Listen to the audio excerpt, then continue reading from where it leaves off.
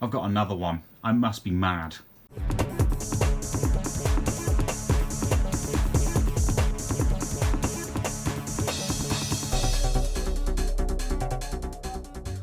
So as you can see in front of you, we've got my Commodore Amiga 600, and yes, I was crazy enough to buy another Vampire, this time the V600. Basically what happened, at the same time as registering my interest for the V500 that's in my A500 Plus, I also registered my interest for the V600, and then the V600 was put on hold for a while, and then they started being made again. So I got an email in September, the beginning of September, to say that my V600 was ready if I wanted to buy it. So yeah, I went ahead and spent another 280 Great British pounds, and I've got a Vampire V600 installed into the Amiga 600 here. So I actually recorded the process of me fitting the Vampire V600 into my Amiga 600 here. It's very fiddly. There's these tiny little bolts and nuts that you have to install. They go through where the hard drive caddy mounts usually are, so there's no hard drive caddy in my Amiga 600 anymore. And they're necessary to actually keep the Vampire firmly sat on top of the 68,000 CPU. It has to make a decent connection, because if it doesn't, then you're going to have issues with the Amiga not booting, or it might boot, you'll start loading things and they'll crash because of the loose connection or not clean connection between the Vampire and the CPU. So those things are necessary, whereas with the V500 it was a case of it replaced the 68,000, so it actually sat firmly in the 68,000 socket, which I preferred, but obviously you don't have that option because the CPU, it's surface mount, it's not removable, so it was a bit of fun and games. I've got some footage. You'll also notice on one of my first test boots, after installing the V600, I got the lovely flashing green screen, which was quite embarrassing. But hey, you know, these things happen. And that was because I hadn't got it firmly sat on top of the 68,000, so sorted that out, tightened the nuts up a bit more, and then it was working absolutely fine. So there's still a few things that need to be addressed with this Amiga 600. One of them is the capacitors. They are starting to leak in Amiga 600s in general. In this one they appear to be alright at the moment, but that's not to say it will remain that way for the long term, so I need to get that sorted. The case as well is a bit dinged up in various places, and also the clips across the back that secure the back down, they're snapped off, which unfortunately is a common thing with these because the plastic gets brittle. People open the cases up and of course them clips snap off and it's never the same again. So I'm hoping we see a Kickstarter campaign like we did with the 1200 and the 500 cases, so that there's a 600 case and then I'll get a replacement case. Also the keyboard, the keys are horribly yellowed. They could do with a bit of retrobrighting, but at the moment I'm kind of not really doing much with that with retrobright, so that's something I may do. This is a different keyboard, incidentally, compared to the one I had on this Amiga 600 originally, which had the missing keys. I managed to get some of the missing keys, but then struggled to get the others because some of the keycaps, they're actually different in terms of the way they sit on top of the keyboard itself, or the keyboard mechanism, so that caused me a problem. So yeah, my Amiga 600 now has a Vampire in it, which is absolutely awesome, and I flashed the latest core to it, and it's brilliant. It works awesomely. It's got a compact flash card, loaded up with WHD load and classic workbench and all that kind of good stuff, so I can literally just go in and double click on a game and away it goes. It loads it up, no problem at all. The loading's pretty quick and I'm really impressed. So this very soon will get recapped, and yeah, I'm really pleased I've got an Amiga 600 with a Vampire. So, as the title suggests, Amiga updates. This is the Amiga 500 Plus that's also got a Vampire V500 installed in it. A couple of updates with this machine. One of those, I'm going to have to spin the machine around to show you, so I'll turn it round and then I'll show you exactly what's happening. Now you'll notice here, we appear to have what looks like an HDMI connector, and I've obviously cut a hole and done a reasonably okay job with it. It doesn't look too bad, and that's a panel mount HDMI connector that's actually sat on the back of the expansion slot. I used a little Dremel tool to cut that out and filed it down a bit just so that it fitted. Had to use a bit of epoxy on the back of this HDMI panel mount connector because I didn't really want any of the screw holes on the outside. I wanted it to just be the connector like you see with modern day devices. I had to heavily modify the back of this panel mount connector because the way it was sitting, it would touch the expansion slot and it would also touch the back of the Vampire as well, so I had to do something with that. I'm also going to cut a slot here, a very, very small slot here, which you can't see, so I'm going to move it over a little touch for you. I'm also going to cut a small slot here for the micro SD card, because I've got a micro SD card reader that goes onto the Vampire. So by putting a little slot there, it means that I'll be able to insert and remove micro SD cards easily, which means putting software, games, you know, all the homebrew stuff that people are still making for the Amiga these days will be a lot easier. And that means this thing will be basically the ultimate Amiga. Now, at the moment, this has actually got the Gold 3 Alpha core for the Vampire flashed onto it, which means it can do AGA. And that's one of the reasons why I was so keen to get the HDMI connector sorted, because everything now, all the video, all the audio, comes out via that HDMI connection. So even the classic Workbench, WHD Load, all the games, whether they be ECS, OCS, I did that the wrong way around, OCS or ECS, or AGA games, they all run via that HDMI socket, which is absolutely awesome. However, you did hear me say the words Gold 3 Alpha. It's still in its alpha stages. There are issues with some of the games, as I'll show you in the clips of the footage that I captured from this to give you an idea. There are some games that work great, but there are some games, including AGA games, that don't work quite right. Zool 2 is one of my examples that you'll see on the footage that I show you. So this is my classic Workbench installation on my Amiga 500 Plus with the Vampire V500 installed. You can see I'm going through, navigating to some of the games. We're in the AGA games 4MB fast RAM folder. These games normally would not run without the Gold 3 Alpha core flash to it, because they require the AGA chipset.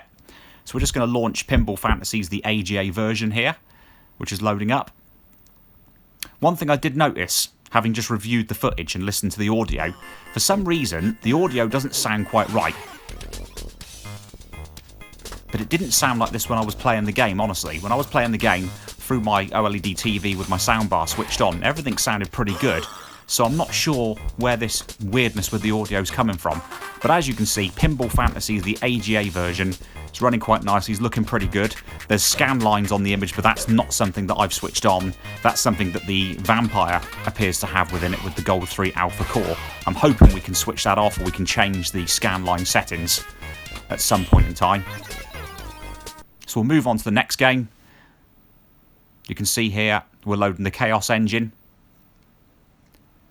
The Chaos engine would not load at all, so this just kind of falls into line with the fact that it's an alpha, so not all games will work. This one, you'll see a couple of introduction screens, and then nothing else. From that point onwards, it does nothing else. So, not sure what's going on there. It's really weird. So we get our intro screen that's still rolling through, get a loading screen, and then nothing.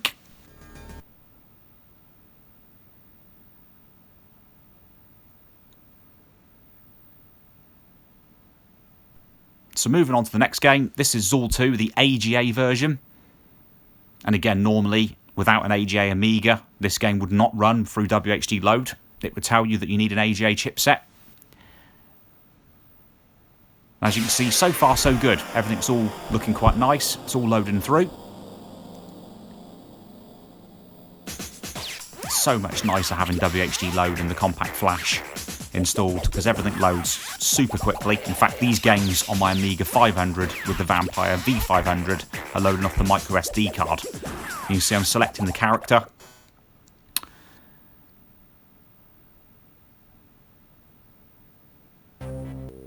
And straight away we have an issue. As you can see, the graphics and the colours and everything are all messed up. But when I jump past a certain point, things start to look more normal. There you go. So I'm not quite sure what's going on here, but again, another example where it's in alpha, so things aren't working 100% yet. So we're going to load up Nigel Mansell's World Championship. Again, this is an AGA specific version of the game. This game isn't particularly good, as I've covered in some Formula 1 game videos that I've done previously. Not a particularly big fan of it, but thought as it's an AGA title, let's give it a run, let's see how it goes with the Gold 3 Alpha core on the Vampire. So again, loads super quickly, which is something I really like. So we'll quickly skip through the intros, we'll select a track, and we'll basically just get straight into the race.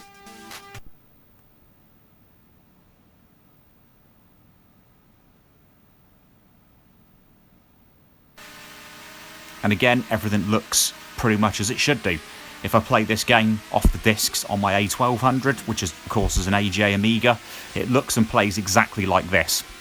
So they've got this absolutely spot on. Or at least the AGA part in the Gold 3 Alpha appears to be working.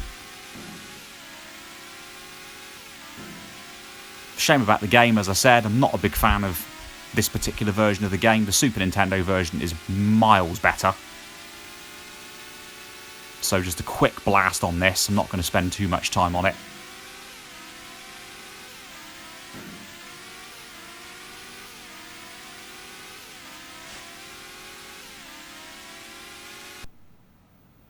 So we move on to SWOS. Now this is another game that I'm demonstrating because it has issues. Sensible World of Soccer, in case anybody doesn't know SWOS and isn't familiar with it.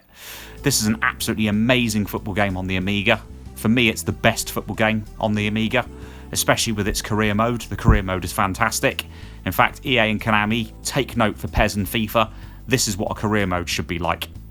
So, unfortunately, SWOS has issues with the Vampire, with the Gold 3 Alpha Core, as you're going to see when the game starts. Flashing graphical glitchiness at the bottom of the screen.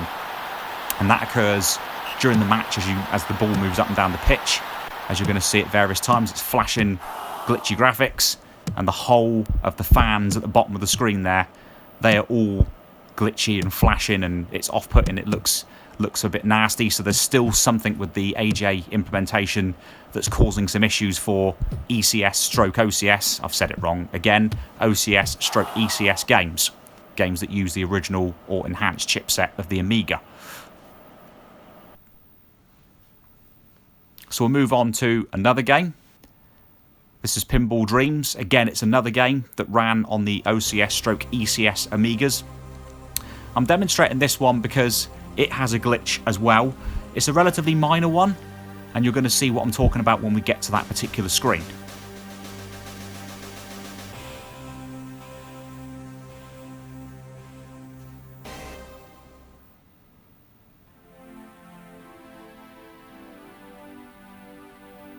So here, on the table select screen, the graphical glitchiness at the bottom of the screen is usually instructions that scroll that tell you to press F1 to F4 for the tables, and then you get another screen with the high score. I've just selected the beatbox table because it's my favourite on this game. And again, when I was playing this, things seemed fine, the sound, the music, everything seemed fine as well. It looked decent. So let's let this one roll for a moment or two.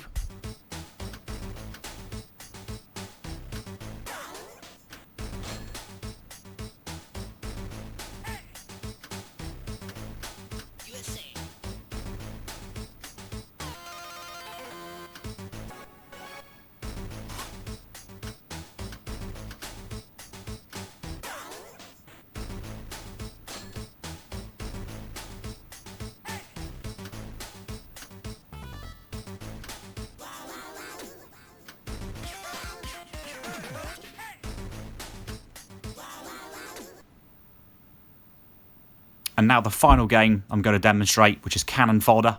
This is actually the CD32 version, so yes, you can play CD32 games with the AGA Gold 3 core. And when it's completely finished, hopefully all the games will work. But yeah, Cannon Fodder, that works. To be honest, I expected it to, because the original version also works fine, so the version for the other Amigas works perfectly fine as well. I just wanted to test how a CD32 game would run, and it runs exactly as you'd expect. It looks great, it sounds great as well when I'm running it through my setup. Through my non-retro setup, it has to be said, because of the OLED TV and the soundbar. It is awesome. So guys, I hope this has been interesting for you to watch, to look at the updates I've got with my Amigas currently. Thank you for watching, and I will catch you again soon.